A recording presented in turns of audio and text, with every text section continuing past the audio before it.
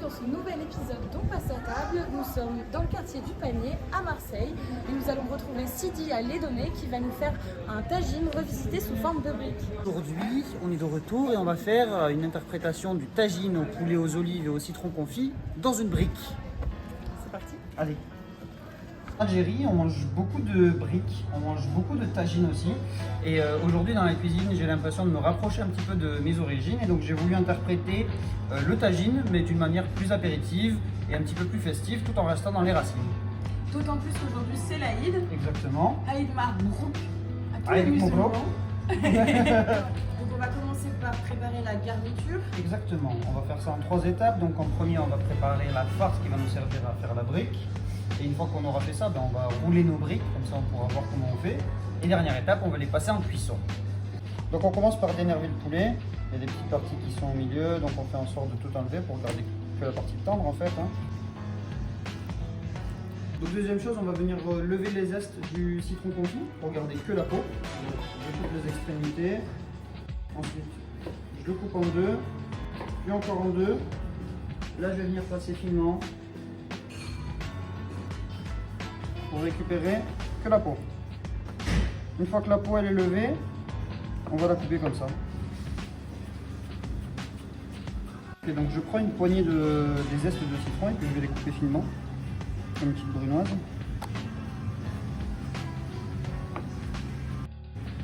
Ensuite j'ai pris des olives. Alors c'est des olives vertes de chez Kalios, c'est des olives grecques. Je vais toutes les couper. Et au niveau des proportions, si on veut faire par exemple environ 10 briques, Ouais. c'est généralement ça qu'on fait. Ouais, on va utiliser à peu près 400-500 grammes de poulet. Après, on va y rajouter à peu près 100-150 grammes d'olives. Et ensuite, pour le citron confit, un seul citron confit, ça suffira largement, même la moitié. Le gras de viande que j'utilise pour les faire revenir, mais si vous avez de l'huile d'olive, c'est très bien aussi. Alors, très important, toujours travailler avec une poêle, une casserole bien chaude, c'est très important. Et tu mets pas d'oignon toi? Non, je mets pas d'oignon. L'oignon il va rendre de l'eau. On peut en mettre, hein, ça donne du goût quand même. Je vais rajouter par contre du gingembre et du sel. On ne poivrera qu'à la fin parce que sinon le poivre il va torréfier et développer des amers et on n'en veut pas. Donc le gingembre il vient directement du Maroc. Ça cuit super rapidement. Ouais. C'est des petits bouts, c'est pour ça en fait c'est pratique. Et il ne faut pas trop pousser la cuisson parce que dans tous les cas il va y avoir une deuxième cuisson à la friteuse et on veut quand même que le poulet il reste tendre à cœur. Alors, les briques. Donc on va prendre notre brique, on enlève de sa feuille. Est-ce que tu as une précision à donner sur les feuilles de briques? Est-ce qu'il y en a que tu recommandes? Franchement non, pas vraiment. C'est un peu tout pareil, on peut même les faire maison en soi, c'est assez simple, c'est de se mouler de l'eau. Le tout sur de l'huile d'olive.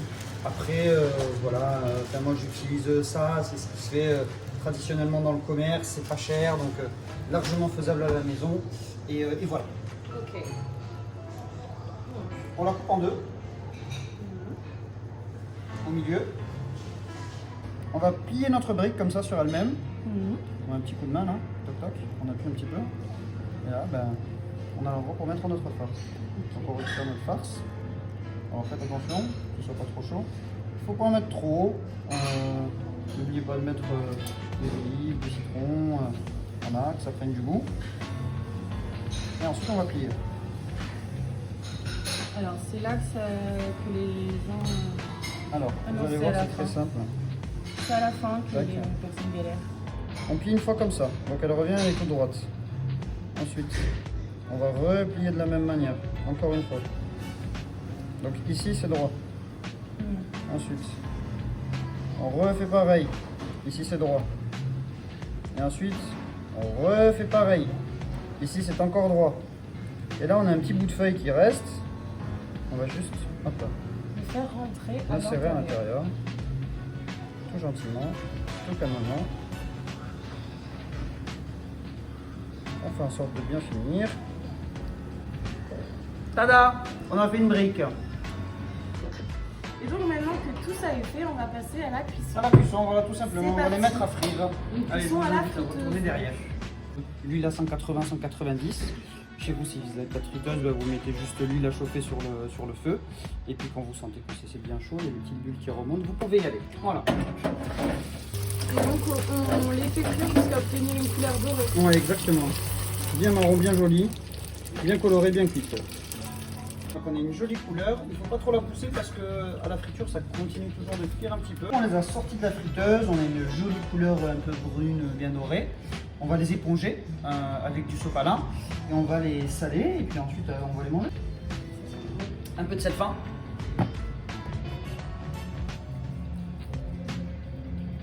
Et ensuite, pour la dégustation, on va mettre un petit peu de menthe,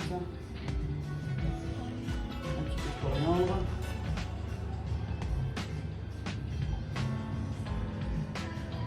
On va bien se déposer, tout doucement, comme ça, tac, et voilà. Et voilà, perfecto. On passe à table? On passe. Bien vu. Là, c'est la dégustation. Bon appétit. À toi pour voir aussi. Chine. On met un petit peu de menthe, un petit peu de coriandre aussi. Ok. Ça marche toujours très bien.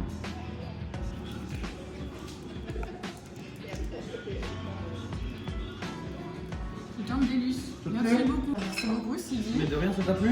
Ça m'a plu. C'était un plaisir de revenir pour une seconde fois Ah bah, dans écoute, ton rien, restaurant. Et voilà. Ok, cool. Je te dis.